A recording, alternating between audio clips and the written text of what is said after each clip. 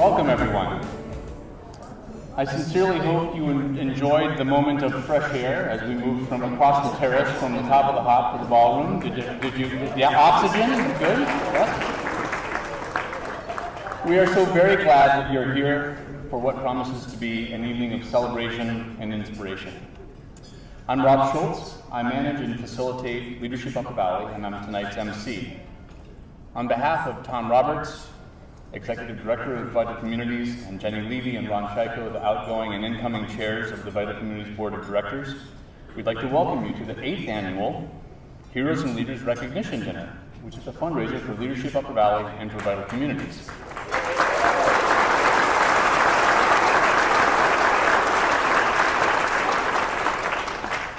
This year is the 25th anniversary of Vital Communities, and the Leadership Upper Valley Board of Governors has chosen to honor leaders who have added vitality to the Upper Valley. In addition to the 12 wonderful honorees, we will also be honoring the founders of Vital Communities. But first, a little bit of basic information before we go. The bathrooms are through the door and on the left. If you would be willing to take a moment and put your cell phone on silent, that would be great. There is a cash bar in the reception area that will be going all throughout the evening. And finally, while the program is joyful this evening, it is also full, and there will be serving and clearing of dishes during the presentations. I apologize for any disruptions this may cause. I encourage you to eat your salad during this first part of the program. Please protect your neighbor's salad if they're one of the presenters, because they want to eat it later. Dinner will be served right after the first group of honorees is recognized. There are some important and generous people who make all this happen, and I'd like to take a moment to appreciate some of them. Vital Communities Board of Directors has strategic and financial oversight of all of our efforts. I would like to introduce the Board of Governors for Leadership Upper Valley, who work with me to make Leadership Upper Valley so much fun. In a moment, would you please stand when your name is called and stay standing until I've read all the names. This will be a theme for the evening. Please hold your applause until everyone is standing. The Vital Communities Board members who are in attendance this evening are Jenny Levy, Bill Garrity, Nancy Merrill, Ron Chyko, Sally Wilson, Elise Crossman, Rick Mills, Barbara Berry, Markel Rips, Sally Kraft, Ken Wells, and brand new Monique Priestley.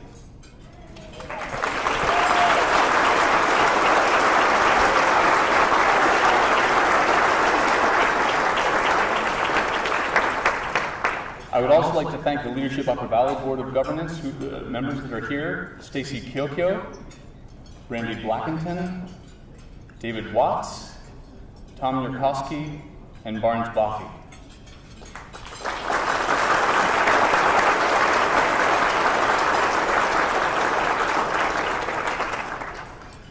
Another group of important and generous people that is here this evening are the business sponsors that make our program and this evening possible.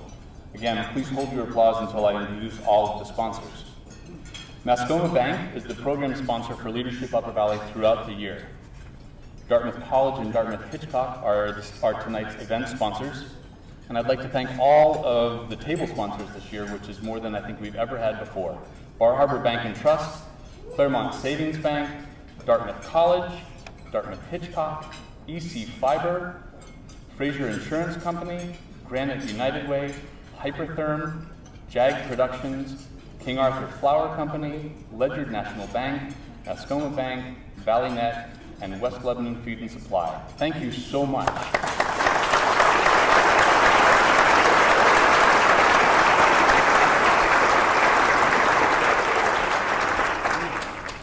So, by a show of hands, how many of you are here for your first Heroes and Leaders Dinner? Put your hands up high. That's great. I'm always amazed at how Heroes and Leaders feels like we all know each other even before we've arrived, and yet so many of you are new. Thank you for being here. Your presence means so much, both new and returning. And for those of you that are new, we hope to see you next year. The work of selecting the honorees for Heroes and Leaders each year is accomplished rightly by a wonderful group of well-informed and community-engaged volunteers. We have a great time considering what facets of leadership we would like to call forward, and who are the leaders in our communities that best exemplify those values? Tonight, we look at leadership through the lens of vitality. Each of these honorees brings a story of engagement, passion, and accomplishment to us. They demonstrate what it takes to create vibrant, prosperous, caring, engaged, and growing communities, vital communities. They do so as business leaders, farmers, educators, coaches, nonprofit leaders, community organizers, and board members of nonprofits, and as elected officials. Our story tonight is that these resources and this knowledge are alive and well in our community.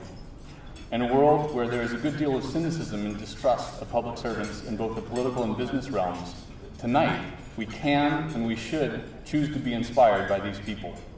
They have intimate and hard-won knowledge of how to make community work, the common work, the hard work, of listening and building agreement, of seeing possibility and making tangible commitments bring visions alive, of taking risks for the right reasons. It is right and good on this evening of celebrating Vital Communities' 25th anniversary that we begin by honoring the founders of Vital Communities. One of the early board members of Vital Communities is here tonight, and we ask if he'd be willing to say a few words. Please give a warm welcome to Vermont's members of the United States House of Representatives, the Upper Valley's Peter Welch.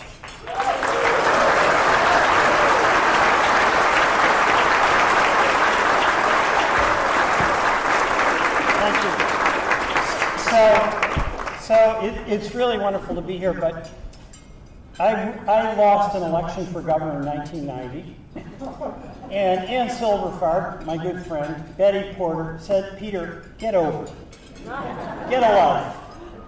We've got a place for you on Vital Communities." That's a true story. And you want to get something done, a couple of strong women will make it happen.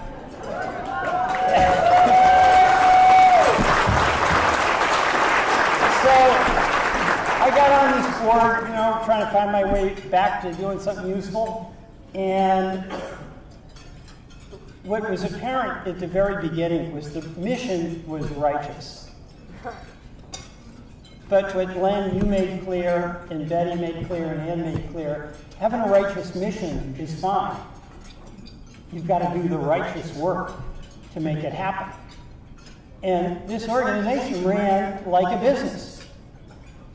But its goals are so wonderful, especially when you look at what's going on in our country now. It is about creating community by empowering people. Everybody from a young person who has the capacity, because of the programs of Vital Communities, to see the magnificent world of nature right in their own backyard. It's folks with whatever their limited means are, feeling that they're respected because they have a place to help build the community that they live in. And it is also, I was talking to Jason from JAG Productions. It's one thing, we've got to have effort. We've got to empower people. But there's got to be empathy if you're going to make things happen. And when you explain to me what the JAG production goal is about creating the opportunities for people to see the world as others see it and experience it, the issues are important. But unless we have the capacity to have some empathy for the person next door or down the street, we're not going to make the progress that we need and create a place for everyone. So it is so important that the work that Vital Communities does, and it was a wonderful, wonderful experience for me to participate with people who, in working with them, I got to appreciate them. It was the work, it was not just the mission. It's doing of the work that makes it so essential. And tonight, I just want to mention some of the names of the people who were there at the creation. Betty Porter, stand up. Thank you. Ann Silverfarb. Corolla Lee. Charlie Faulkner. Rick Hausman.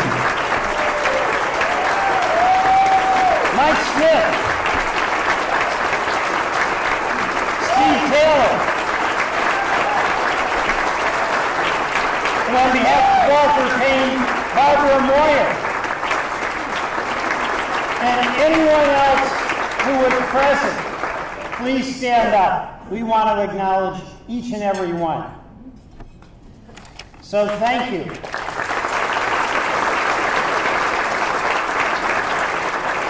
The work that Vital Communities does is what is going to get us through the very challenging times we have in this country.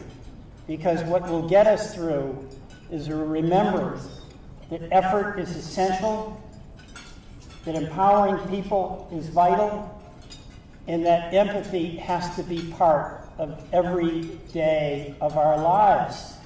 And it is leadership at the local level that is going to provide the stability that this country needs to get on the other side of where we are. So thank you so much for letting me have been a member of the board and for joining you tonight on this very, very special occasion. Thank you.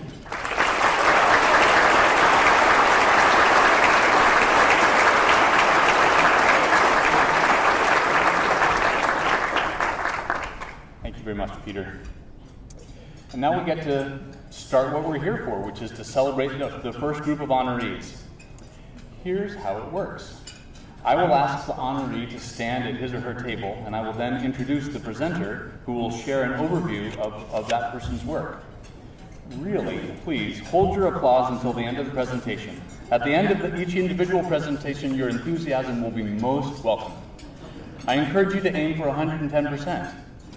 The goal of our program is to be fully present for each honoree and presenter. We also know that many of you would like to not be present for very much longer after 9 o'clock. So thank you very much in advance for your help. And now for the honorees. The first honoree is Delia Clark. And to introduce Delia is Rick Hausman, longtime member of the Vermont Legislature and treasurer of the founding board of Vital Communities. Rick. Thanks, Rob. You bet. Well, it is indeed an honor and a pleasure to honor honoree Delia Clark. Her name came up the other day. I was sitting at a bar, and sure enough, I hear this whirring noise outside, and I'm looking out the window, and a flying saucer lands right there on the parking lot. And a minute later, in comes a green creature and walks in, sits down at the bar, and the bartender is completely blasé. There's no problem. Bartenders apparently nowadays see all kinds of things. They see rabbis and the Pope, they see pink elephants, they see talking rabbits. So this bartender said, "Hey, what do you have, green creature?" And the green creature said, "Take me to your leader." So the bartender said, "Hey, no problem. Come by next Thursday night to Hanover Inn, and you will have a room full of leaders and some heroes as well." And so the green creature said, "Hey, I know all about that. That big heroes and leaders celebration. Delia Clark is going to be there. And, don't tell anybody, but our kidnapping team is going to be there, and we're going to nab her.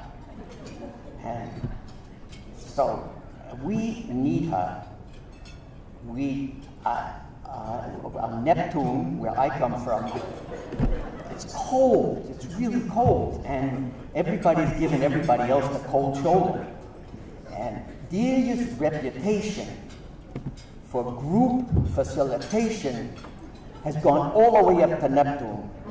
So we're going to grab her, and she's going to help us, because we can finally get something done if people aren't giving everybody the cold shoulder. So at this point, I was somewhat disturbed. I said, "Hey, listen, green creature, you can't take Delia. We treasure her. We absolutely need her here, and there's no way that you can take her.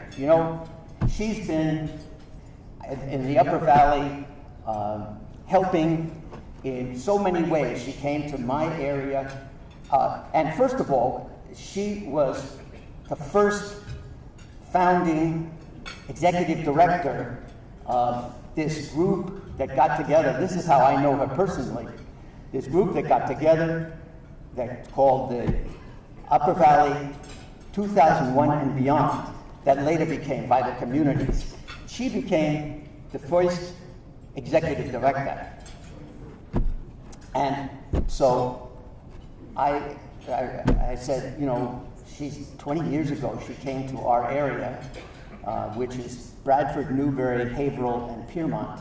And she put up she led a terrific group. But she's more than a leader. She is a leader's leader in the sense that she brings out leadership in other people in the things she does. So in this forum, this Vision to Action forum that she did in our area, she coached local people like myself to take on leadership roles. And at that point, I looked over and I have to tell you that we did a lot of good things with that one Vision to Action. The Lower Cohas Chamber of Commerce, the arts group in Haverhill, there are all kinds of, there was a garden club, there were trails organizations, conservation, all kinds of community building activities came out of that, and many of them are still around today. So Delia, at this point, I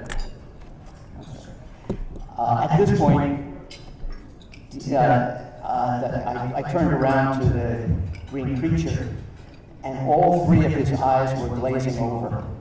And the Green Preacher said, you know, I know all that stuff. We know everything under the sun in Neptune, everything from Mercury out to Pluto. So we can tell you a few things about Delia that you don't know. For instance, well, you might know that she founded ValleyQuest. And you might know that she ran these forums all over the Upper Valley, but you probably don't know that she ran them all the way from Eastern Europe over to Alaska. She's been, that guidebook that she wrote for Vital Communities, that's been translated into other languages. It's not yet in Neptunese, but it will be. Anyway, where is that beer I ordered? The bartender said, what beer? And the Preacher said, you know, I walk in here, I said, take me to Yolita. That's 34 ounces, I believe. You think I came into a bar to buy kombucha? You Earthlings are so confused. I don't know. Maybe you need Delia more than we do. And with that, he swilled down his beer, walked out, and obviously he left Delia here. So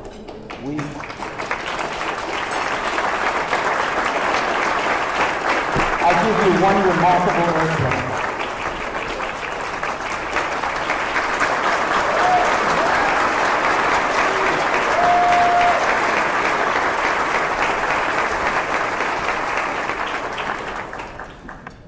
Our second honoree is Chuck Worcester, and to introduce Chuck is Mary Margaret Sloan, the Chief Operating Officer of Positive Tracks and past Executive Director of Vital Communities.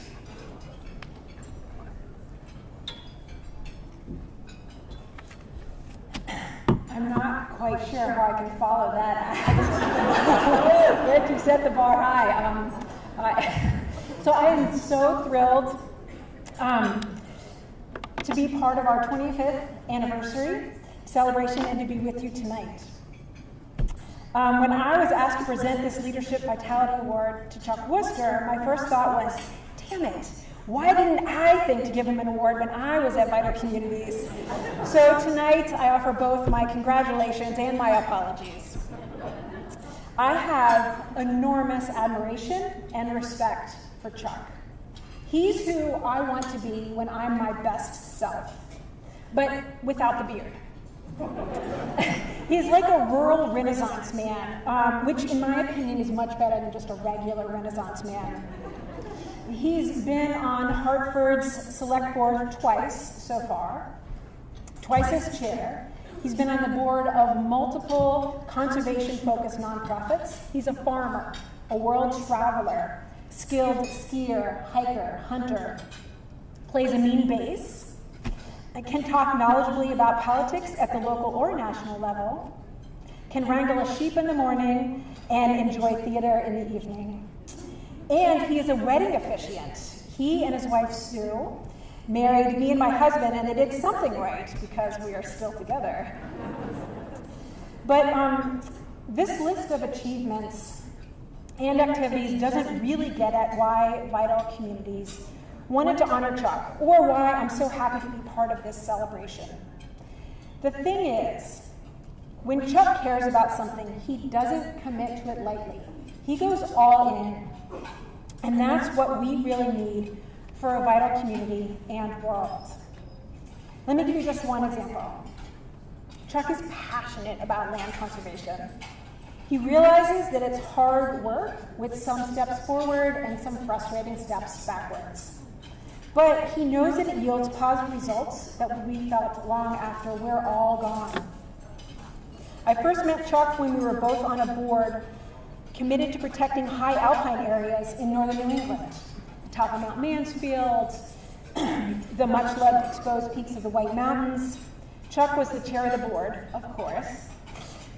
He was working at Northern Woodlands at the time, plus he was farming full-time, having just started a CSA, Community Supported Agriculture, where he grows fruit and vegetables, raises chickens, both for eggs and for eating, and has raised lamb and pigs in past years. In his spare time, he had just written a beautiful book, Living with Sheep.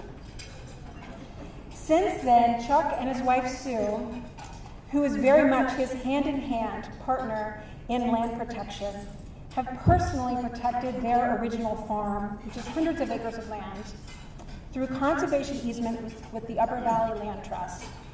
They are also working on protecting the new farm they bought for the expanding CSA.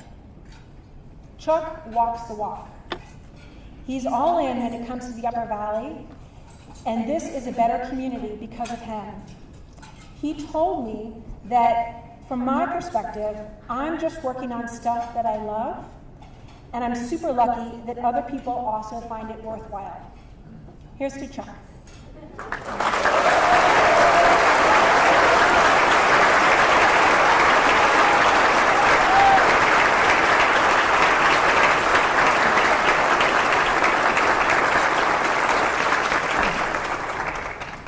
Our next honoree is Doug Wise, and to introduce him is Rob Taylor, Executive Director of the Lebanon Chamber of Commerce.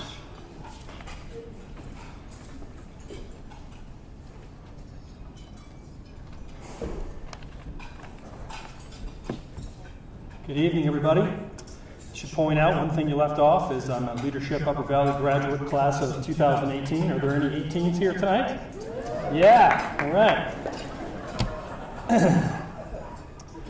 There's something rather fitting to be honoring a man named Wise this evening.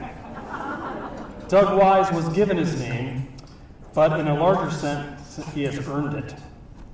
Tonight's awards are being handed to the people who have made great contributions to the vitality of the Upper Valley through their leadership, and I think it's most appropriate that we are honoring Doug Wise tonight. Doug first came to the Upper Valley to attend Dartmouth College. I think it's safe to say that Dartmouth and Doug went together well. He would become the president of his class in 1959 and has since been a leader and organizer for many of his class reunions. I should point out, Doug Wise reunion is no simple shindig. We're talking multiple events over the course of many days, some serious schmoozing, Lots of great food and wine at multiple venues. These are signature events and are meticulously planned. This year actually marks Doug's 60th reunion. How about a round of applause for that?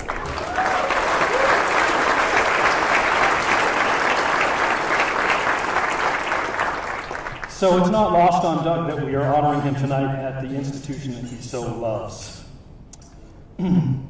Doug would go on to get his MBA at Columbia and enter the corporate world where he would become a successful businessman and international consultant.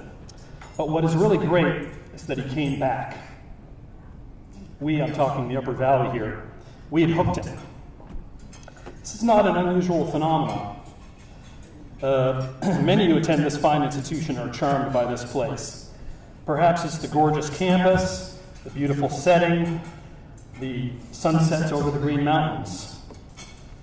But certainly can't be the endless winters, knee-deep mud, and the relentless man-eating ticks. Back here in the Upper Valley, Doug would become a legendary consultant, mentor, board member, and all-around nonprofit guru. Most importantly, Doug would become a friend to so many. He and his lovely wife, Joanne, have been great champions of art in the Upper Valley and have hosted many international students, showing them the region and our unique way of life.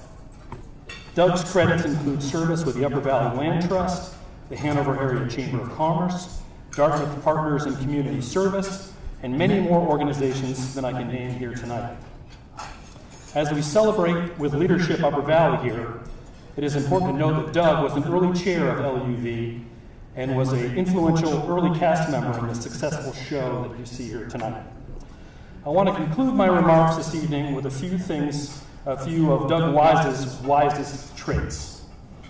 These are derived from knowing Doug for many years. I think about 23 years I've known Doug and Joanne, and I've been observing what makes him tick. You're free to put these into your own life if you would like to be a Heroes and Leader Award recipient someday yourself. Number one is to ask a lot of questions and to listen carefully for the answers. This is how knowledge is extracted. Number two, be a mentor to young people and help to identify future leaders. Diamonds will sparkle when you shine the light on them. Number three, don't hesitate to take a deep dive. And that's good advice for Rob over here. Think board retreats is kind of one of Doug's specialties. Also try power lunches, which I've had a few with Doug myself. Number four, mingle, mix, add more, mingle, repeat. And last, number five, is to simply be a leader. Someone once said that life is all about showing up. Well, Doug Wise shows up. And more importantly, he has stepped up time and again. Ladies and gentlemen, it is my pleasure to introduce one of our wisest heroes and leaders who has made great contributions to the vitality of the Upper Valley through his leadership, Doug Wise.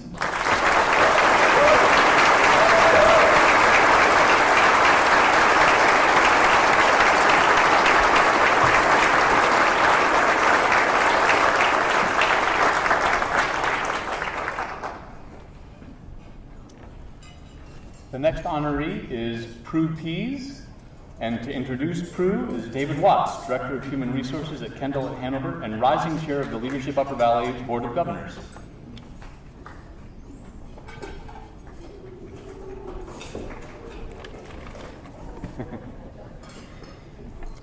This room is filled with so many civic, business, academic, and nonprofit leaders who are working hard to solve the problems of our time and are making our region a better place to live and work. What I would suggest to you tonight is what the Upper Valley really needs right now is more Prues. First, some background. Work United got its start in the Upper Valley in Vital Communities Corporate Council as Working Bridges, and it transitioned to Granite United Way soon after. Work United is an employer collaborative dedicated to improving workplace productivity, retention, advancement, and financial stability for its employees. As the founding Work United Resource Coordinator in the Upper Valley, Prue Pease is a champion for workers and the thousands of Upper Valley residents who live on the cusp of economic disaster. She has led United Way's efforts to make the lives of the people who work hard and live paycheck to paycheck a little bit easier. She's helped hundreds of people understand and navigate the often confusing network of government and nonprofit resources available in both New Hampshire and Vermont. She works long hours and goes to extraordinary lengths to help the people who work in our organizations who live on the edge of poverty. For example, she's invited a Work United participant to her house for assistance instead of calling a fuel company directly, which would lead to an exorbitant rate for emergency fuel oil. She'll go with a client to the food pantry if the client doesn't feel comfortable going alone. And one by one, she's helping improve the lives of the people who get their hands dirty every single day. Her impact extends beyond her clients and beyond the Upper Valley. As a certified Bridges Out of Poverty trainer, Prue has presented her extensive knowledge of economic class and privilege to business and civic leaders across the country. By helping leaders understand the structural barriers to economic mobility, she enlightens us all as to how we can create truly meaningful vocational opportunities and support organizations that have true impact. With exceptional passion and a kind touch, she's educated countless people on the realities of the working poor. Prue's desire to help people is evident to everyone with whom she comes in contact. Her ability to connect with people who are on the edge of financial catastrophe make her a successful advocate. Her ability to persuade and educate people about pervasive poverty makes her an effective leader. And Prue's authenticity is one of her greatest strengths. Her honesty about her past and willingness to share her story sticks with everyone that she meets. That is the glue that makes Bridges Out of Poverty stick with so many people who might otherwise ignore it. And when you talk with Prue, you always come away with something new. And you know, in some small way, Prue is helping our frontline workers realize that most basic of New England values, independence. So please join me in celebrating a true Upper Valley hero, because we really do need more Prues.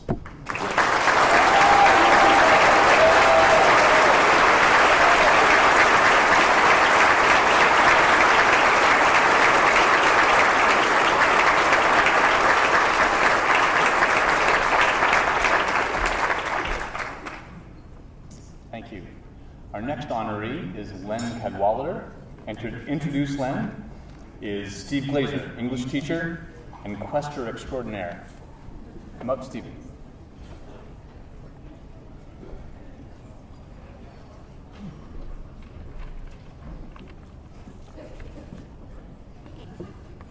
Hi, Steve. I first met Len Cadwallader in 2000. Len was a candidate for the position of Executive Director at Vital Communities. When you first meet Len, 4 things are clear right from the get-go. 1, as he introduces himself, Len looks you in the eye.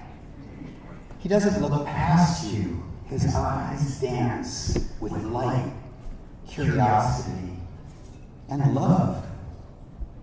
Len wants to see you. He wants to know you. 2, he sticks out his hand and you shake. Wow, that grip is rock solid. From that instant, you know that Len works with his hands and values labor. 3, then Len asks you a question. It's an authentic question. Yes, he's polite, he's a mensch, but this isn't rote or simplistic. He's inquiring, exploring. 4, you reply, and Len listens. He's not waiting and jockeying for his chance to speak. He's not looking past you. He's not looking for that person in the room. He's with you where you are. As you get to know Len better, it becomes clear that these qualities are not random. They are qualities, and they are qualities that Len has cultivated. Number 1, the look. I suspect it might come from all those years at Farm and Wilderness. He learned to embody certain camp values: being welcoming, attentive, present, supportive. 2, the grip comes from countless hours holding chainsaws, rock bars, post hole diggers, griddles, and spatulas. Len doesn't simply care for his place. He maintains trails. He builds friends' chicken houses and serves others. Number 3, the questioner, comes from decades of service as a facilitator, board member, volunteer. Len's magic is rooted in the fact that he never forgets that he is speaking with a human being, somebody with hope, fear, a past, a present, challenges, and opportunities. Number 4, the listener. I suspect this comes from 50 or 60 or more years of sitting in silence in a friend's meeting. Len listens. Len waits. Len trusts. And that space that he carries inside him, he offers to us as a gift. Now that I've known Len for 2 decades, I recognize that he was the perfect hire, the perfect leader for Vital Communities.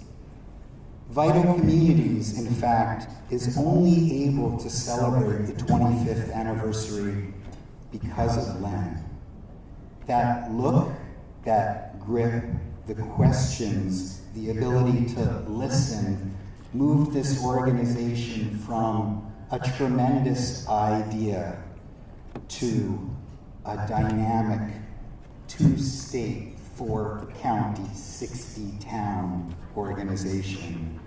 His eyes saw challenges and opportunities. His grip was open and willing to bridge divides. His ability to question, listen, and act transformed the vision, programs, and practice of Vital Communities.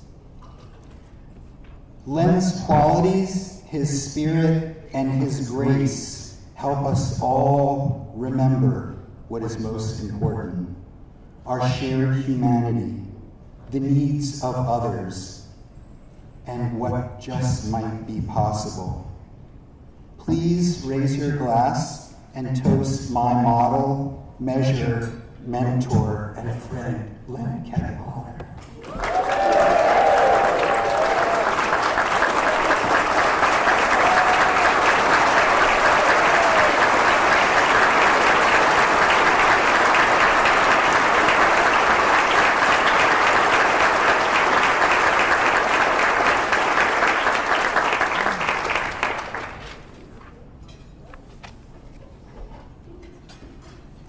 The next honoree is a twofer. We're celebrating Liza Bernard and Penny McConnell of the Norwich Bookstore, and they'll be introduced by Alan Reitz, the Public Relations Director at Hanover Co-op Food Stores, and I dropped all my papers, I need to pick them up, so give me 2 seconds.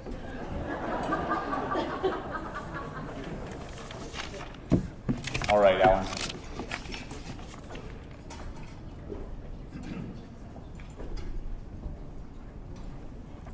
Good evening. Well, if there were a book written about the Norwich Bookstore and its founders and co-owners Liza Bernard and Penny McConnell, it would reveal lasting lessons of business and community each time you read it. The dust cover and the inside pages would include many organizational statements from people around the region, saying things like, Liza and Penny are cornerstones of the New England book-selling community. There would also be notations and testimonials from local people, saying things like, each woman's abiding effort to address community needs goes beyond their own. Well, since they opened their bookstore on August 1st, 1994, they've been purveyors of knowledge, As partners and solo actors, they've enlightened us with readings with celebrated authors. For 25 years, they have been tireless in reviewing, offering, and providing a special order of essential books beyond our counting. And they've also sent birthday cards to many of us in this room. Something else that they've done is that when Amazon was stomping across the front yards of booksellers across the nation, small booksellers, people like Liza and Penny pushed back. Independent bookstores are thriving again in this country, and it's due in part to Liza and Penny.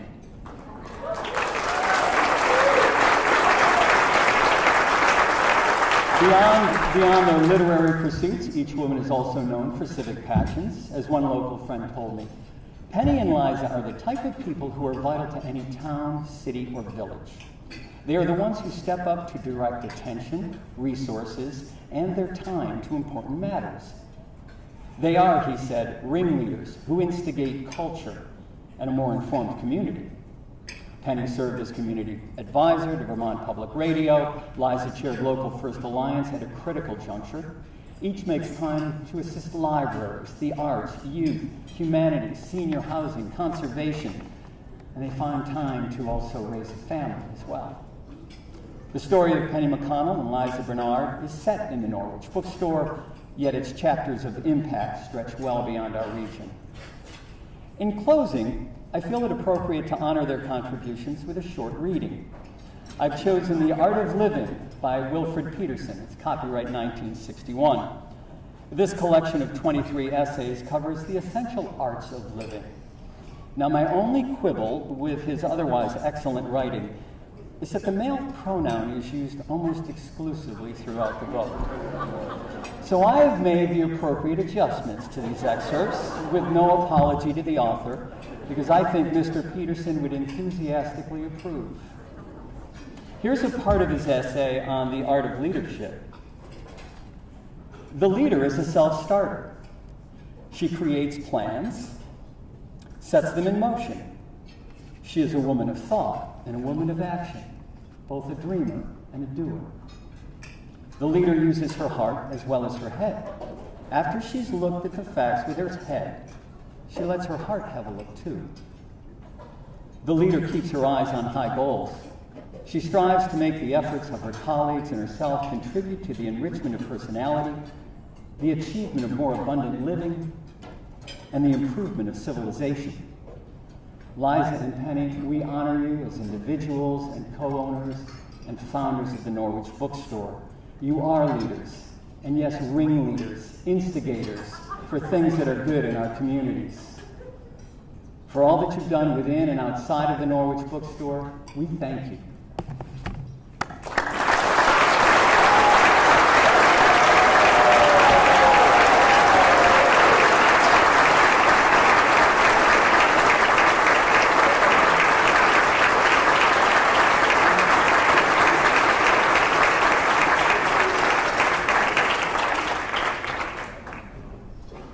Thanks for your attention. Please enjoy your dinner. We'll be back in a little bit. Hello again.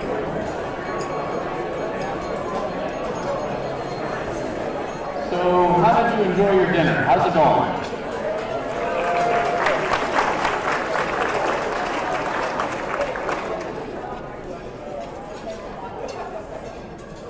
As we start the second half of our evening program, because not all of you have been participants in Leadership Upper Valley, I wanted to share a few words with you about the program Leadership Upper Valley.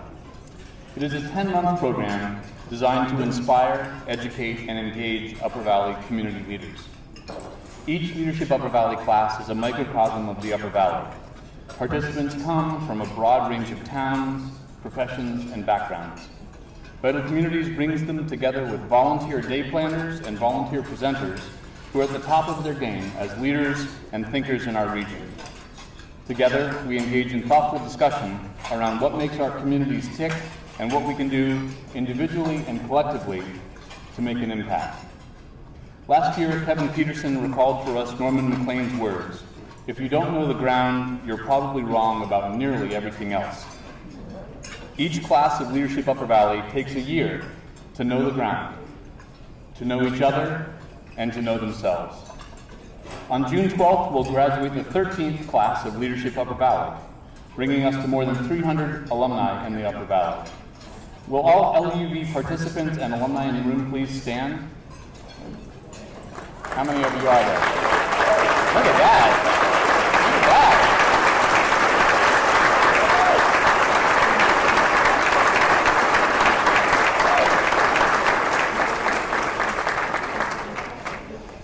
And as we speak, we have 39 applications in hand for the class of 2019-2020, and we'll be announcing that class next week.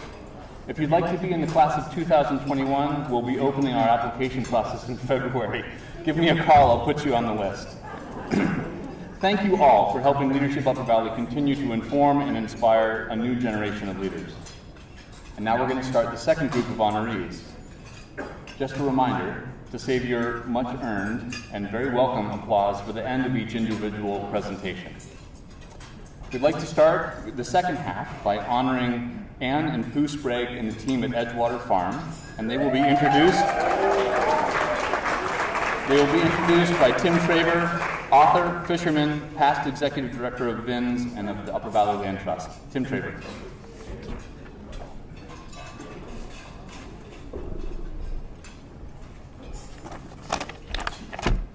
Boy, what a beautiful vision out there, all of you. What a pleasure to introduce Edgewater Farm for its contributions over the past 45 years to the vitality of the Upper Valley. Thank you, Rob. Thank you, Vital Communities, for the chance to be here tonight. If it's possible to have a crush on a farm, I have a crush on a farm.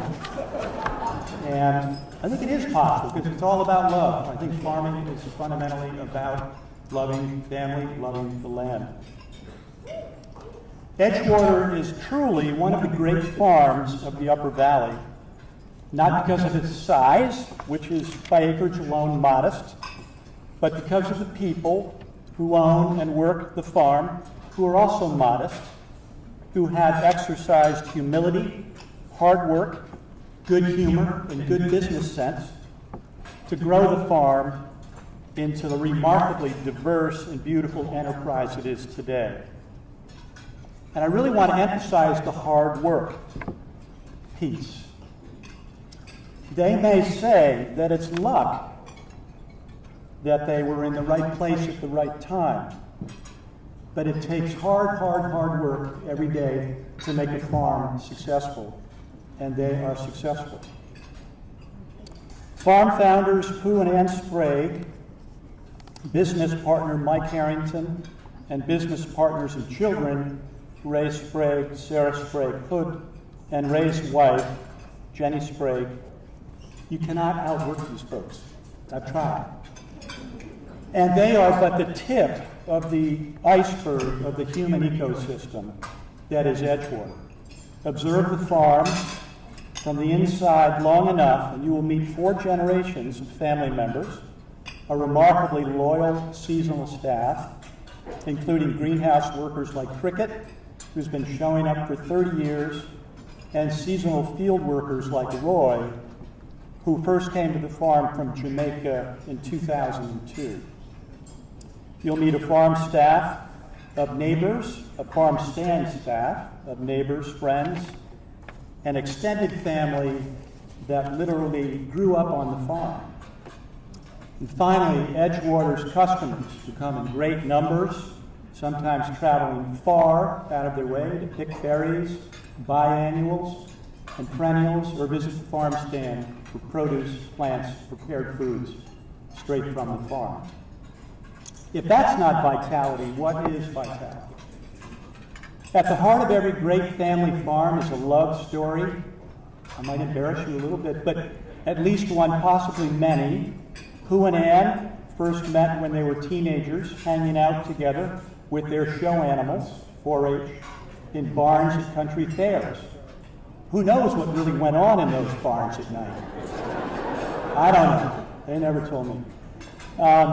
They both grew up on dairy farms, Pooh on a hill farm in Hillsborough, and Ann just down River Road on her family's Valley Farm, McNamara Dairy. Many of us, I think, drink McNamara milk and that's Ann's family. They graduated from UNH, got married, settled back in Plainfield.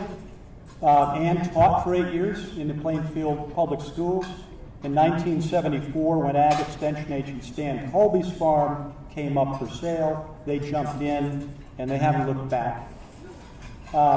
In addition to being an early adopter and leader of greenhouse agriculture, Edgewater has accomplished an impressive array of projects, from summer and fall CSAs and strong relationships with area co-ops and restaurants, to a solar installation, a new cool storage barn for root crops, and a professional kitchen in the farm stand that provides prepared foods from foods grown on the farm. Edgewater embodies the qualities that make our family farms so vital to the beauty and good health of our region. They provide jobs. They provide farm mentoring and skill development. They contribute generous contributions of food to willing hands for distribution to families in need, and Poosbrave sits on the Willing Hands board. They were Pooh was a member of my very first board, Upper Valley Land Trust, back in, I think, 1987, and our very first annual meeting was at Edgewater Farm. Edgewater has made bold investments over time, including the recent state-of-the-art cold storage barn that I do want to mention, because it really improves our own food security and their bottom line somewhere down the line. They're now working through the challenging process of passing along a complex farm operation, a diversified farm, to the next generation. That's hard work too. But key to their success is us, their customer base. So, extending beyond Edgewater to all of our wonderful local farms, buy local, support the local co-op, buy local produce, visit the farm stand this summer. I asked several farmers I know what it is about Edgewater that stands out in their minds, as it does in mine, and generosity was what came up.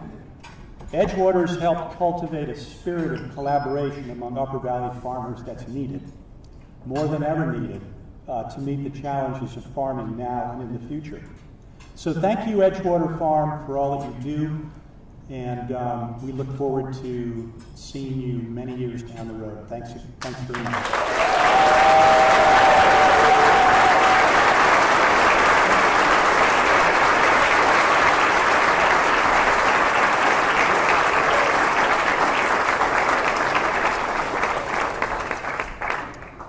The next honorees, another twofer, are Kurt and Sharon Jakes of West Lebanon Feed and Supply, and to introduce them is Cindy Taylor, Vice President of Corporate Development and Compliance at West Lebanon Feed and Supply.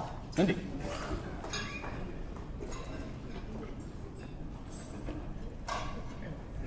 Thank you. I can't stand up here with this last name and not ask for another shout out to the farmers in the room, and to just thank all the hardworking farmers, and the food you're enjoying tonight, of course, would not be here without them. So just another round of applause.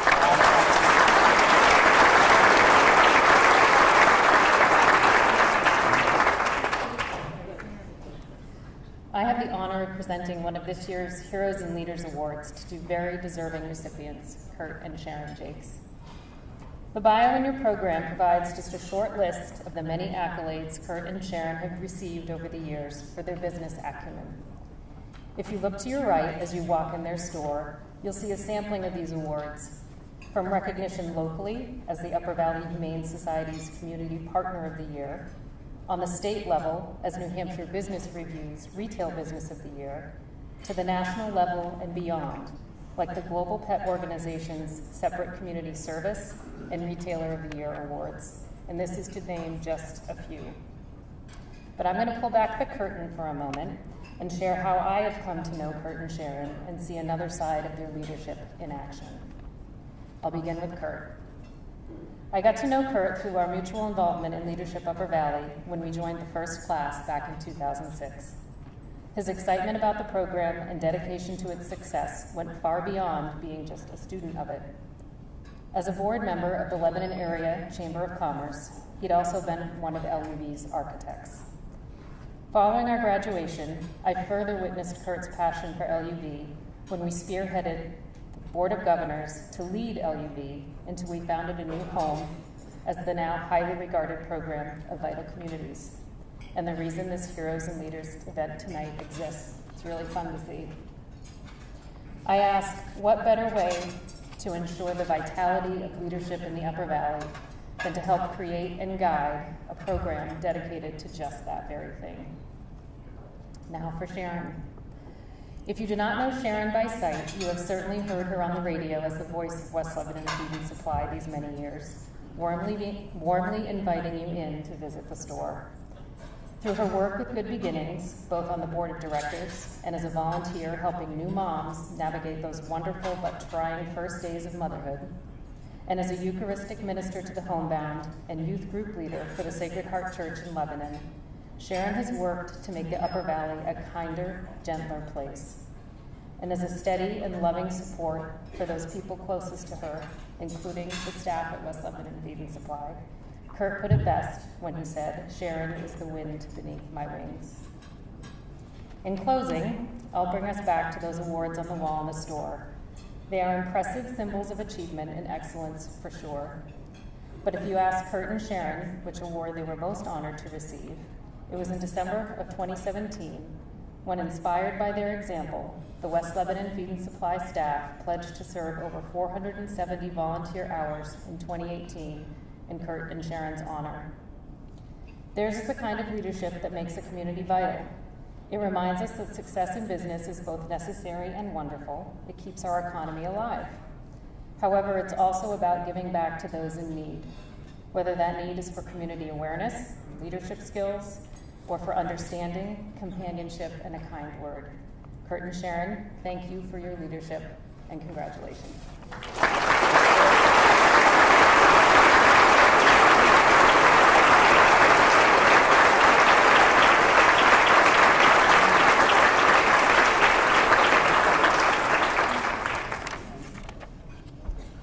The third person in the second group is Jarvis Antonio Green of JAG Productions, and to introduce him is Brian Cook, the co-chair of the JAG board.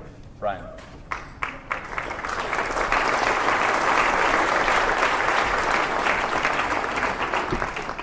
Good evening. I have the distinct pleasure of introducing someone who surely embodies what we gather in honor of tonight: leadership and heroism in service of the Upper Valley. And for that, on behalf of the Board of Directors of JAG Productions, for which I serve as a co-chair along with Jackie Fisher, I'd like to express deep gratitude to Vital Communities. Jarvis Antonio Green is indeed a hero, whose servant leadership means so much to the Upper Valley, but also to the world. Simply put, to aspire to build a nationally recognized Black theater in New England's Upper Valley, or really any overwhelmingly white region of the country, it requires heroism.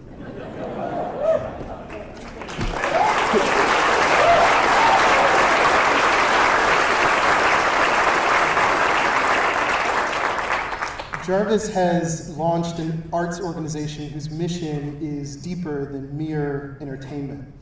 And I believe we are all here tonight to celebrate more than his exceptional work on the stage. One might argue that perhaps all theater is created to challenge our thinking, allowing us to consider our lives and choices through the eyes of richly drawn characters on the stage, screen, or page. JAG Productions, however, exists to excite that intellectual engagement, but more importantly, to catalyze a communal shift to more empathy, compassion, and love through the lens of the African American experience. And that, I'd argue, is a far less traveled path, especially in communities with very few Black residents. I want to be real. The path is one fraught with constantly walking the line of integrity and being comfortable in others' discomfort. A lot can happen during a production, but that's often the starting point for much of our audience when it comes to seeing the world through a more colorful lens as it relates to identity. The arduous path is meant deciding how deep to go while trying to make wealthy white donors feel that their interests are served. Those are facts.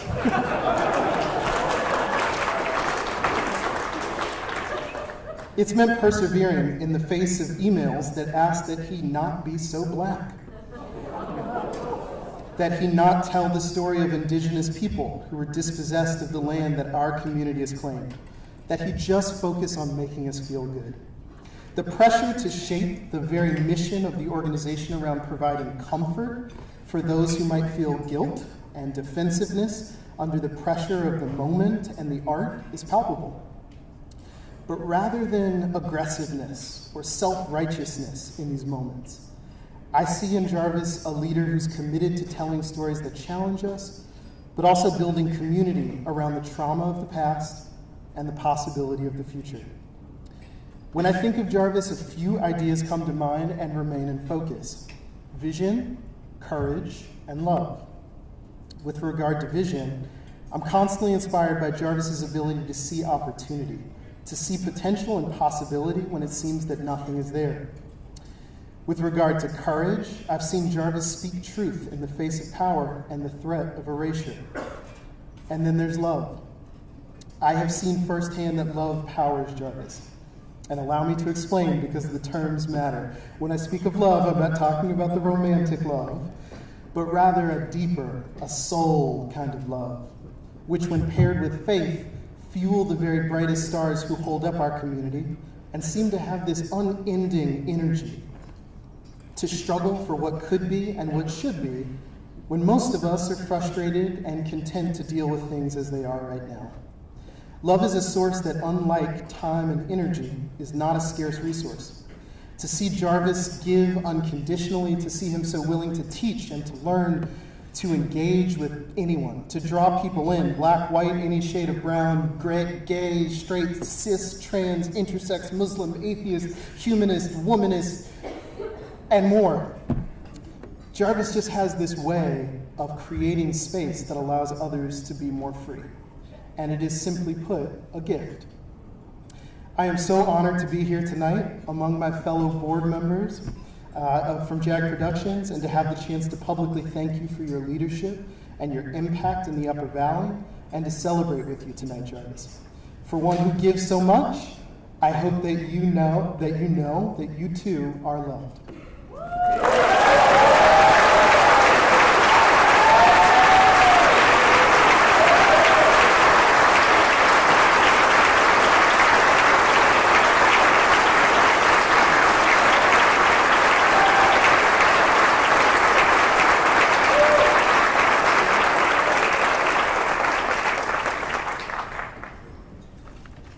Our next honoree is Ivy Condon, and she'll be introduced by Mark Brislin, Parks and Recreation Director for the City of Claremont.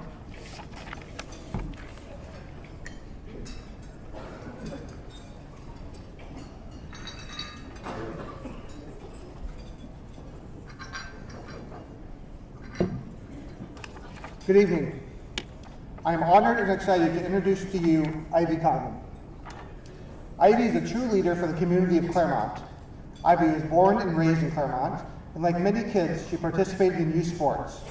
It was here that she developed her love for the game of basketball. Ivy graduated from Stevens High School and went on to Keene State College. Ivy then returned to Claremont to live, work, involving herself in opportunities where she could have a positive impact on her community, especially focusing on youth and sports.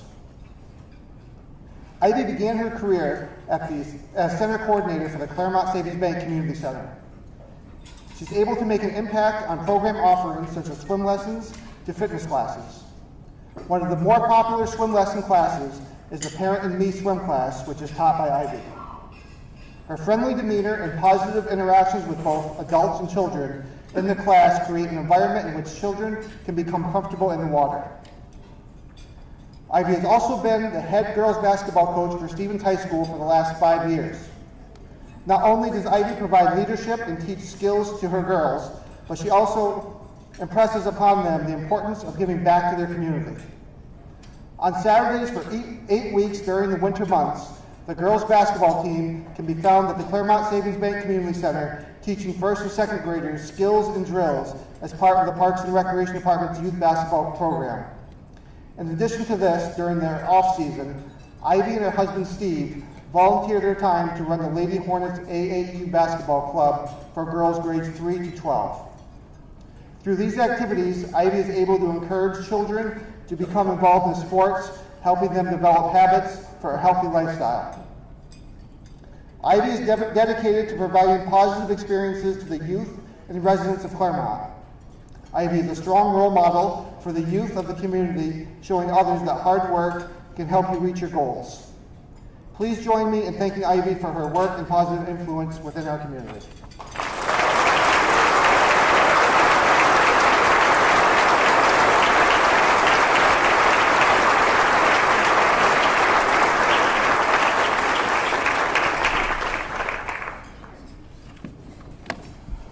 Our next honoree is Monique Priestley, and she'll be introduced by Sarah Copeland-Hanses, member of the Vermont Legislature.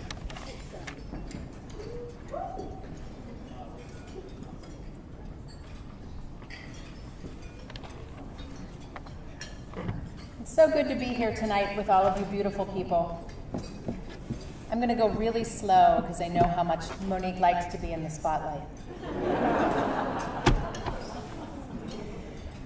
When Hills 5 & Dime closed its doors several years ago on Main Street in Bradford, there were many of us downtown shop owners who feared that this signaled the ultimate demise of our little downtown. But as the phrase goes, every cloud has its silver lining, and ours came in the form of Monique Priestley. In the years following the closure, I saw Monique at my cafe almost daily. She would juggle her day job along with meetings with various local leaders. She was determined to transform that empty storefront into a 21st century business venture. And she persisted in solving that puzzle like a kid with a Rubik's Cube. To help you understand Monique, I'm going to share with you a story adapted by Erica Mozambique from a long-lost poem by an Iranian poet, Mohammad Taqi Bahar. And I've added a few pieces to make sure that it accurately characterizes who Monique is. There was a water spring coming out of a stony mountain slope, and this little stream had the dream to become a river and reach the sea and become one with the big ocean. The spring started to flow down the stony mountain slope, happily jumping over rocks and having fun, and all of a sudden she got stopped by a big rock. Very politely, she asked the rock to give way. And the rock said, "Who do you think you are to tell me what to do? I didn't even jump out of the way when the big floods came. Why would I get out of your way?" But the spring did not get discouraged by his harsh words, and she started to dig her way around the rock. It took time and it was hard work, but finally she was able to carve her way around this rock and continue on her journey. She had many obstacles on her way, but she was always thinking of a solution, and she got better and better, and she learned a lot. If there was not a straight way, she tried around, above, or even to go underneath. When winter came, she settled in as ice, and in the spring, she found that her power had created another way forward. Sometimes it seemed as if she couldn't flow anymore and had to stop to get more power again. Over many seasons with many twists and turns, the little spring finally reached the sea. So I had a chance to scan Monique's resume to prepare for this event, and in order to understand Monique, you only need to remember these numbers: 3, 5, and 26. Okay? This woman currently holds down 3 jobs, at least as far as her resume says. There may be more, I don't know. I have 2 jobs as a cafe owner and as a state legislator, and that's enough to blow my mind in some weeks, but this woman is rocking 3 jobs. On top of her 3 jobs, we're going to lay down the number 5. Okay? She has so many public service and volunteer board positions that she has to divide that part of her resume into 5 sections. Now, many of you are saying, sure, if I listed every board that I've been on and all of the places that I've served, I could get to a place where I needed to have different categories, right? That's where we get to the final number, 26. 26 is the number of committees, boards, and elected positions that are listed on her resume as things that she is currently doing, presently involved in. 26. I challenge you to find anybody else in this room who can count to 26 for the number of board positions, volunteer positions, and elected positions that they currently hold. That's pretty impressive.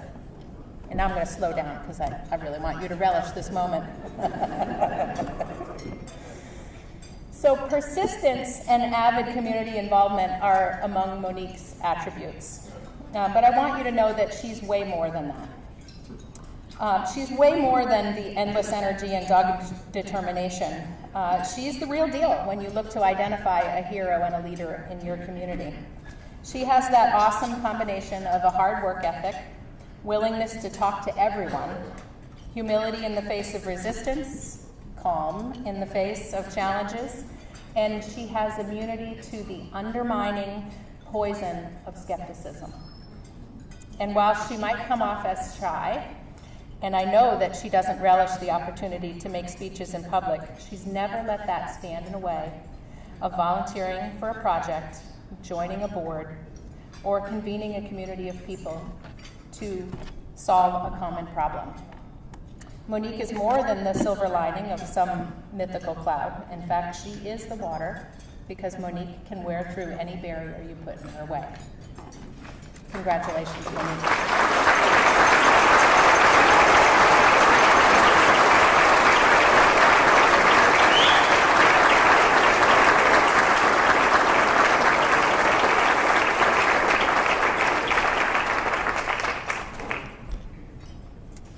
Our last honoree this evening is Stan Williams of EC Fiber, and he will be introduced by Clay Adams, the president of Mascoma Bank and the past chair of the Vital Communities Board, and a guy much taller than me.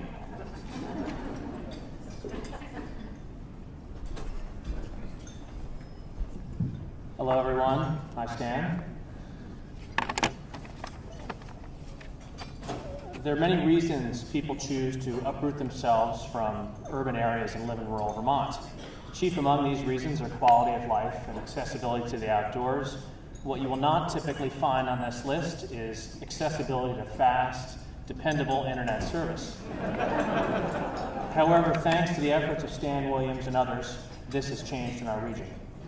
Nearly a century ago, Vermont, like many other parts of rural America, was attempting to electrify its less populated areas so they could participate in the modern economy of the time. Just as dairy farmers then could not bring their milk to market, today knowledge workers who choose to work from home in Vermont cannot participate in the 21st century economy. More importantly, the school-aged children who live along these picturesque stretches of Vermont roadside have difficulty fully participating in their education. At one time, my family and I counted ourselves among these frustrated Vermonters. We lived just off a main artery 5 miles outside the village center of Norwich. Broadband technology was nowhere to be found. We tried line-of-sight solutions. They were terrible. One day, I even banged on the steel door of the Fairpoint switching facility in downtown White River Junction. An engineer took pity on us, hooked us up to DSL, and things were even slower. It was not until EC Fiber, that's a true story by the way, I did bang on the door. It was not until EC Fiber arrived on the scene that we had any hope of being part of the 21st century, and our story is not unique. Stan Williams, the ValleyNet board chair and CFO, has been a consistent force behind EC Fiber. This is why we are here to recognize him tonight. Stan grew up a Flatlander, but had childhood connections to the Upper Valley. Later he attended Dartmouth, where he met his wife Jenny, and then struck out professionally, where he found himself working in the cellular communications industry as it exploded internationally. At one time, he was involved in 4 publicly traded cellular companies operating in different parts of the world. He was the CFO for 3 of them, and they were all sold by 2006. Jenny described Stan as being a hard worker who felt he got lucky and had good timing. We should all be grateful for this. As he looked toward the second act of his career, instead of pursuing financial gain, Stan chose a path that, quote, his children and grandchildren would be proud of. In 2007, Stan Williams and others connected to ValleyNet began to consider how to provide rural communities in eastern Vermont with broadband internet access. EC Fiber was born, and in 2008, 22 towns voted at town meeting to join EC Fiber. Soon they secured $90 million of financing commitments through an investment bank. Their timing could not have been worse. Once the Great Recession started, the commitments were pulled, and the EC Fiber team was left to rely on their own ingenuity and resources.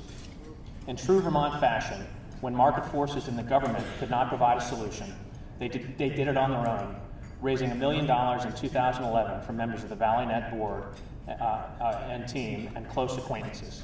In the years to come, they built on this model, raising funds as private placement promissory notes in $2,500 chunks from Vermonters who wanted their neighborhoods to join the 21st century. Fast forward 8 years, EC Fiber has been operating cash flow positive since 2015, has paid back its original investors, and has been able to access the capital markets. Most importantly, they've connected more than 3,000 customers in rural Vermont to high-speed fiber optic technology. Moreover, they have the plans and capability to connect the remaining underserved premises in their service area by 2020. Stan has been one of the many innovative, understated, and dedicated leaders behind ValleyNet and EC Fiber, who has applied hard-earned experience from a world away to make the Upper Valley a more sustainable and vibrant economy. Please join me in thanking and congratulating Stan and other members of the ValleyNet team for their tireless efforts.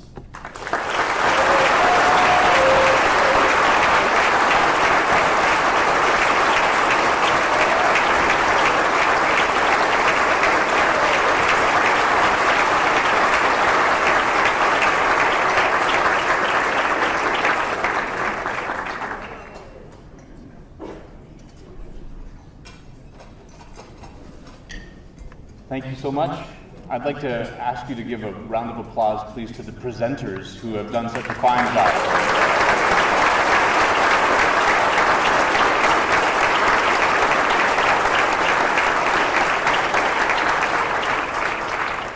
We'll be back in about 5 minutes. Please enjoy your coffee and dessert. First, I'd like to ask you all to please give a hand to the servers and the staff of the Hanover Inn who've done such a fine job.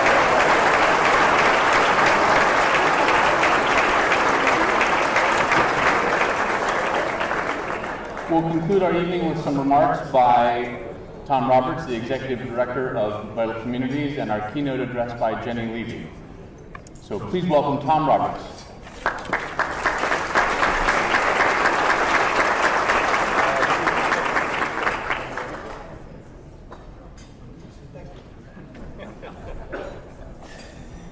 Thanks, Rob. Good evening. Thank you again for coming to celebrate this inspiring group of honorees. I have a few thoughts to share about Vital Communities, past, present, and future, and then I'll introduce our keynote speaker. But first, I'm pleased to take just a moment to thank some folks for their contributions to this event, to Vital Communities, and to the Upper Valley. First, I'd like to thank Rob Schultz and Rebecca Winter. Rebecca, where are you? For their efforts to gather us together for this lovely evening. An applause.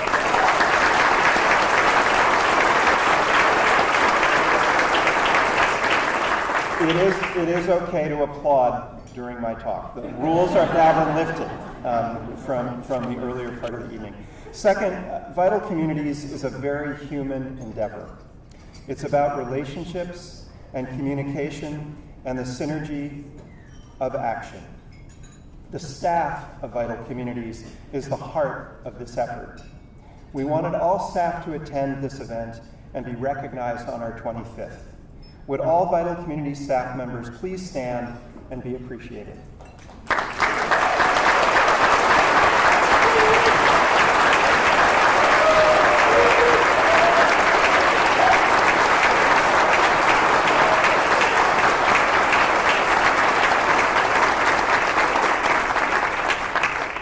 One of the rare occasions where you'll see them all together.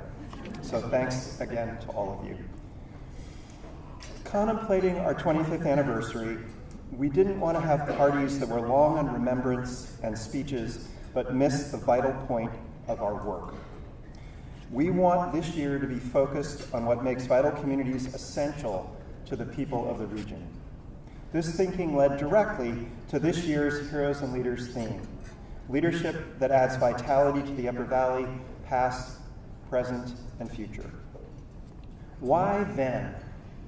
In 1993, the Valley News published an editorial encouraging readers to, quote, think of themselves not only as residents of an individual town or state, but of a region, the Upper Valley, and to work together to protect the things that make this place special.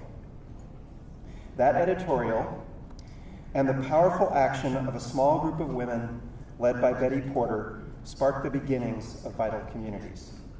Betty had long believed that our communities would be better off if we worked together across traditional boundaries to address our shared challenges. As you heard, she quickly convinced the League of Women Voters of Hanover to launch a new initiative called Upper Valley 2001 and Beyond. With Delia Clark and the staff who followed, they convened community members, creating spaces where people could listen to and learn from each other. They created an experience of place, one that defines and honors this unique region we call the Upper Valley. They created a community-led approach to making positive change while preserving the essential character of our towns and landscape. They facilitated connections among towns, organizations, and residents that continue to flourish today, much to the benefit of everyone who lives and works in our region. Why now? Vital Communities cultivates the civic, environmental, and economic vitality of the Upper Valley. We bring people together, bridging boundaries, and engaging our whole community to create positive change. Is that mandate broad? Yes, because the issues and opportunities in our region are as complex as our communities themselves. What works in Claremont may not work in Bradford. Organizing discussion lists is different from organizing Local First Alliance or corporate council. Action, however, tends to be specific. Action happens at the level of the village or town, like organizing to weatherize homes. Or it happens regionally, with regard to a specific issue area, like supporting farmers or moving forward on workforce housing or transportation. Today, Vital Communities is known for getting things done, by engaging the whole community to create positive change. To do this, we are recentering our efforts in activities that you will all recognize as at the core of Vital Communities: convening, listening, and responding to the needs and concerns of the community. What next? On the civic, environmental, and economic fronts, we face a future that abounds with challenges. How do we approach those challenges with hope, alertness, and determination? We do so by coming together, by listening carefully, by crossing the boundaries that appear to divide us, and by engaging our whole community across differences of age, race, culture, economic status, and geography. We're grateful to each and every one of you for your engagement in the collective life of the Upper Valley, and for committing your time, skills, and experience to making our communities vital. The future holds incredible challenges and incredible opportunities. On the basis of these 25 years of history at Vital Communities and the wonderful leaders that we've celebrated this evening, I believe that future holds great promise. And now, it's my distinct pleasure to introduce our keynote speaker for this evening. For the past 9 of 15 years at Hypertherm, Jenny Levy has dedicated her career to furthering them as a global pioneer in corporate social responsibility. Now the company's first vice president of people, community, and environment, Jenny has been a driving force behind continuing the growth of Hypertherm's award-winning vision and culture of being a triple bottom-line company, creating shared value for our community, their associates, and the planet. Jenny's personal commitment to the Upper Valley includes working with local nonprofits on solutions to community-wide challenges. She has served or serves on the boards of Cover Home Repair, New Hampshire Businesses for Social Responsibility, the Monshire Museum of Science, and with us at Vital Communities for the past 2 years as chair of the board. We have been very fortunate to experience the intense focus, passion, and practicality that she brings to everything she does. A graduate of the Tuck School of Business at Dartmouth and an Upper Valley resident since 2002, Jenny lives with her husband Campbell and their 2 children, Mac and Kate, in Norwich. In her spare time, you will find Jenny spending as much time outside in all seasons as she can. Mountain biking on trails behind the Union Village Dam, paddling on the Ompompanoosuc, skiing at the Skiway or the Greens, and hiking the beautiful backcountry of our region. Please welcome Jenny Levy.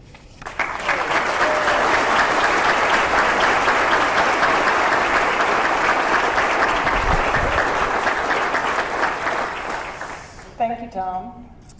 Congratulations to Vital Communities for 25 years of cultivating positive change in our 69 towns of the Upper Valley. It has been my honor to be part of caring for and growing that impact during my 5 years on the board, just a short part of the long history of this incredible organization. Congratulations to the honorees this evening. I am humbled to be a part of your celebration tonight. You are joining another 7 classes of heroes and leaders. Prior honoree categories include Olympians, veterans, women leaders, visionaries of the Upper Valley, mentors, young leaders, and long-standing stewards, some of whom are here with us tonight. So if you are an honoree, past or present, can you please stand so we can commend you?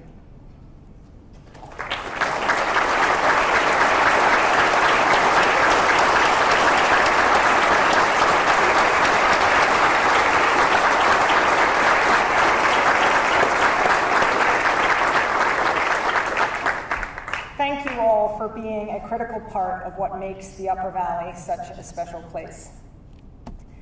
When we listen tonight, when we read about past leaders, or like me, work alongside 2 of them, Barbara Couch, a woman leader, and Dick Couch, a visionary of the Upper Valley, it is easy and frankly appropriate to be in awe. We are quick to put them all on a pedestal. This very event makes us pause and look up to these heroes and leaders and the heights they have achieved.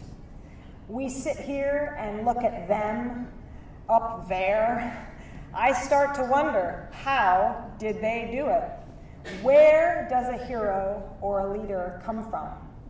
Maybe it was the Wheaties they had ate for breakfast, or as Warren Buffett might put it, they got a winning ticket in the ovarian lottery. So, knowing I was going to have the opportunity to speak to you tonight, I did some homework. I reached out to heroes and leaders from this year and prior years and asked them this one simple question. What was a moment that set you on the path to becoming a hero or a leader? The answers they each gave were varied and inspiring and, lucky for all of us, instructive. As you heard from Tom tonight, Vital Communities grew out of what we can think of as Rabbi Hillel category of leaders. He was a first-century Jewish scholar who wrote, now translated, "If not you, then who? If not now, when?" Reading a 93 Valley News Sunday editorial is what sparked a prior honoree, tonight's honoree, Betty Porter, to start a conversation with the League of Women Voters. And then one meeting, and then another meeting, and then more people, and then a whole organization was founded that we all now benefit from greatly.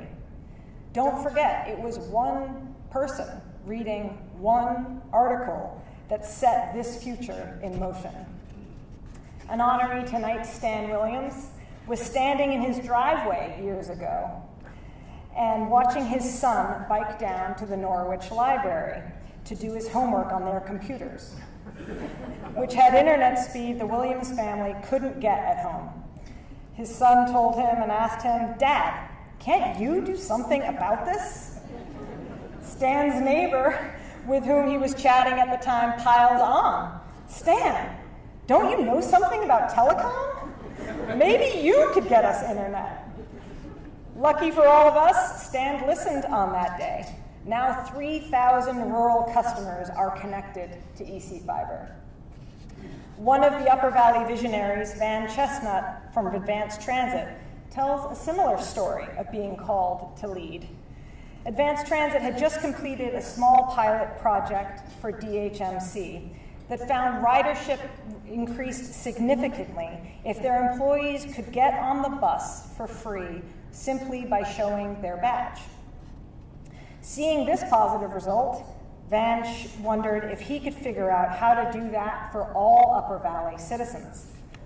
Lucky for all of us, our community now benefits from the largest free, non-urban public transit system in Vermont and New Hampshire. Betty, Stan, Van, all answered Rabbi Hillel's questions with "Yes, me," and "Yes, now." Next, there's the ABBA category of leadership, the "take a chance on me" set of stories. Julia Griffin, the town manager for Hanover and a woman leader honoree, describes when she was fresh out of grad school and was the assistant to the assistant of the city manager of Santa Monica, California, John J. Lilly. Despite being very low on the totem pole, Julia describes John's mentorship as critical to her future path.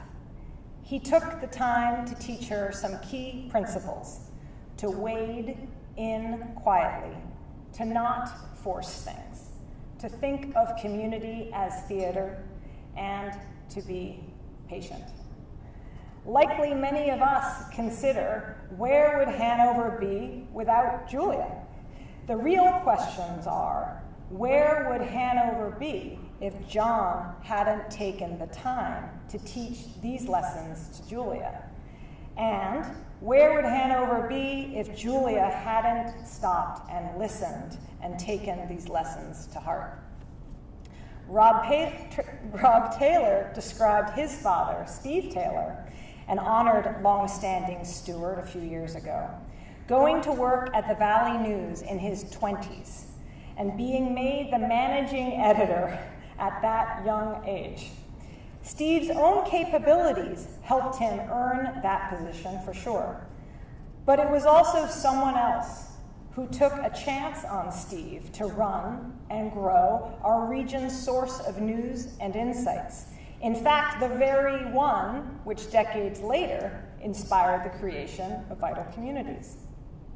Julia and Steve and many others like them had people who saw something, some spark, some ray of potential, and those people took a chance on them. In turn, Julia and Steve took full advantage of that chance. They didn't back down. They trusted themselves and the person on the other side of the table. There's another category of hero and leader, the "you can run, but you can't hide" type. This one became apparent when I was talking with Elise Crossman about her honor as a young leader as the executive director of the Greater Claremont Chamber of Commerce. She grew up feeling like she was just known as Ray's daughter, and she resented it. You see, her father, Ray Gagnon, was on the Claremont City Council, was the mayor, and a representative to the New Hampshire Assembly. Elise's turning point was when she stopped to run away from the legacy she was so lucky to be a part of and started to embrace the lessons of leadership and making a positive difference her father had demonstrated her whole life. One of the honored women leaders, Sarah Kobylensky, former executive director of The Haven, an ongoing change maker, told me she was recently given a stuffed giraffe by her friend Jill Lord, a long-standing steward honoree, by the way. The card with it said, "Because you always stick your neck out for others." It was at that moment that Sarah realized This was exactly how she has always lived her life. She snapped back to a memory of being a 4-year-old on the playground and sticking up for another child there. Elise and Sarah have embraced their greatest sources of strength and used that to fuel their ongoing impact. Finally, are the seed-sowing moments of heroes and leaders. Edie Tees Morgan was in the first class of Olympian heroes as an alpine skier in the crazy speed events. She was on the World Cup circuit for 6 years and participated in 2 Olympics. When asked what her moment was, she described that the biggest impact came from some small, precious doses of encouragement she received from her mother every night when she tucked young Edie into bed. These small moments knit together to form enormous inner security and confidence that later fueled Edie. When I asked one of tonight's honorees and my friend Prue Pease, she knew exactly the moment when she saw herself as somebody. It was when she walked through the doors of the family place. Another honoree is Len Standing Stewart, looking for guidance. Prue was pregnant with her second child, and her first was perched on her hip with 2 broken legs. Christy Binzen, the ED at the time, came walking down the stairs, looked directly into Prue's eyes with warmth and knowing, and simply said, "Welcome." It was in that one look, that one word, that Prue knew she was being seen for someone who she was and could be, that she was strong, deserving, and powerful, shall we say, truly heroic. Earlier, you heard for yourself what that small seed grew for Prue, and the countless people Prue has likewise empowered. Will we all be patient and diligent to sow seeds, like tonight's honorees Pooh and Ann Sprague from Edgewater Farm, and the 6 other farmers honored in prior years? These heroes know how to plant a seed at the right depth, in the right light, and with the right nutrients, so that we all may in turn be nourished. What seeds in our community are we each planting and tending to? Will we all raise our hands like Betty, Stan, and Van and answer the questions, if not you, then who? If not now, when? In what areas of your life could you be answering these questions in the affirmative? When will you take up the call to stand in your circle of strength and lead? Will we all take a chance on someone? Are we in a position to see something in someone else and have the guts to act on it? Or has someone tried to take a chance on you? Like Julia and Steve, did you put your faith in them and yourself, and did you take it? What additional greatness could occur if we each did so? Will we all be brave enough, like Elise and Sarah, to realize our calling? Will we ask ourselves the same question? What are we running from that if we stopped, turned around, and faced it, we would find our greatest source of strength? As you now know, the heroes and leaders before us tonight and in years past all come from where you and I sit now. They are not far above or away from us. The very future of the vitality of our community, our nation, even our world, rests on all of us learning these important lessons and taking them to heart. So look at yourself. Look around this room. Look around your community. Who and what will we be celebrating next year or at the 50th anniversary? You see, we are all creators of heroes and leaders. Indeed, we are all heroes and leaders. Thank you.